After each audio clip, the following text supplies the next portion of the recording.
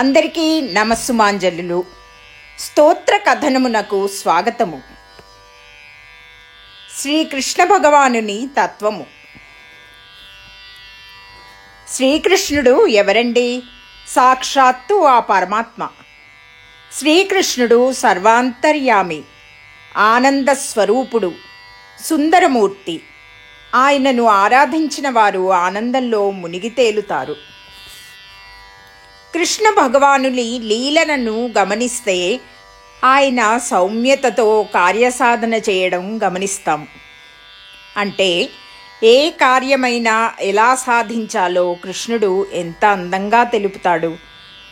తనని నమ్మిన వారి కోసం రాయబారం చేయడం, అది కూడా తెలివితేటలతో, వారి తప్పులను వారికి తెలియచేస్తూ వారి తప్పులను సరిదిద్దుకోవడానికి అవకాశం కలిగించి, ఎవరి తరఫున రాయబారం సాగించారో వారి శక్తిని తెలియచేసి, అన్ని విధాలుగా సంధి కుదర్చడానికి ప్రయత్నించి, ఇంకా వీలు కాని పక్షంలో యుద్ధానికి వారిని సిద్ధం చేశాడు. ఇదే కదండి ఇప్పుడు మేనేజ్మెంట్ కోర్సెస్లో తెలిపేది. తన కులజనులను, తన పరివారజనులను, తన ప్రాంతాన్ని, తనను నమ్మిన వారిని ఎట్టి పరిస్థితులలోనూ వెంట ఉండి కాపాడడం కృష్ణతత్వంలో చూస్తాము. శక్తి కలిగినవాడు, హోదాలో ఉన్నవాడు తన కులజనులను, తన పరివారాన్ని, తనను నమ్మిన జనులను రక్షించే విధానం రమ్యంగా ఉంటుంది. ఇక మనకి కృష్ణుడు పక్కన ఉన్నాడు, మన పక్షాన ఉన్నాడు, ఇక అంతా జయమే అన్న నిర్భయత్వం ఆయనను అనుసరించిన వారిలో చూస్తాము.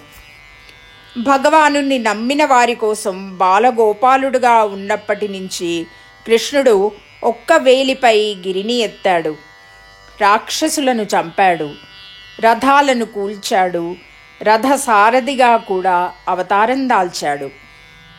ఆయనలో ఒకరి క్షేమం కోసం ఎంతైనా చేసే లీడర్ లక్షణాలను చూస్తాము. కృష్ణుడు అనగానే గోపికలు గుర్తువచ్చి ప్రతి ఒక్కరూ ముసిముసిగా నవ్వుకుంటారు. ఇంతకీ ఎవరయ్యా ఆ గోపికలు?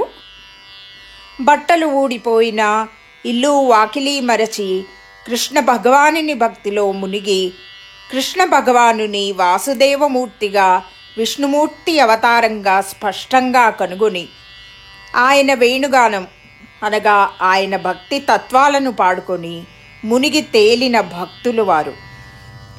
వారు స్త్రీలు ఒక్కరే కాదు, ప్రతి భక్తుడు భక్తురాలు కూడా ఒక గోపిక.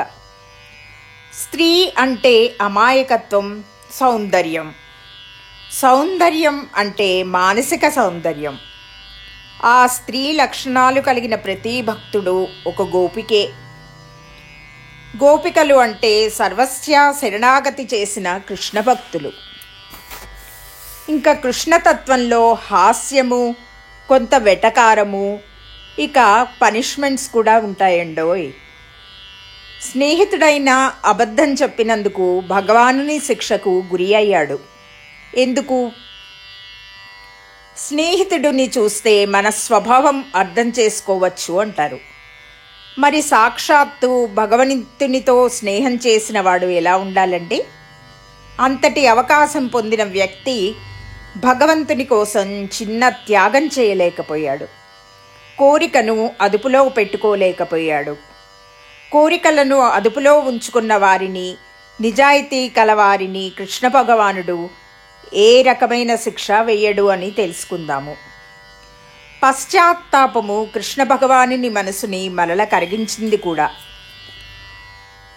దుష్టత్వం ఉన్నవారిని, చెడు సహవాసం చేసేవారిని, నీతి నిజాయితీ లేని వారిని, గురులయందు పెద్దలయందు గౌరవం లేని వారిని, నేర్చుకున్న విద్యలను చెడు ఉపయోగం చేసేవారిని వాసుదేవుడు కృష్ణావతారంలో శిక్షించాడు.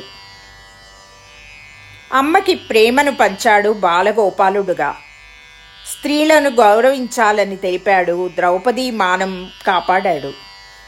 భగవంతుడే మానవుడిగా జన్మించి ఇన్ని గొప్ప లక్షణాలను, మనం ఆచరించవలసిన విధానాలను నేర్పించాడు. కృష్ణ భగవానుడు బోధించిన సంస్కారాన్ని పెంచుకుందాము. భగవానుని కరుణను పొందుదాము. జై శ్రీకృష్ణ.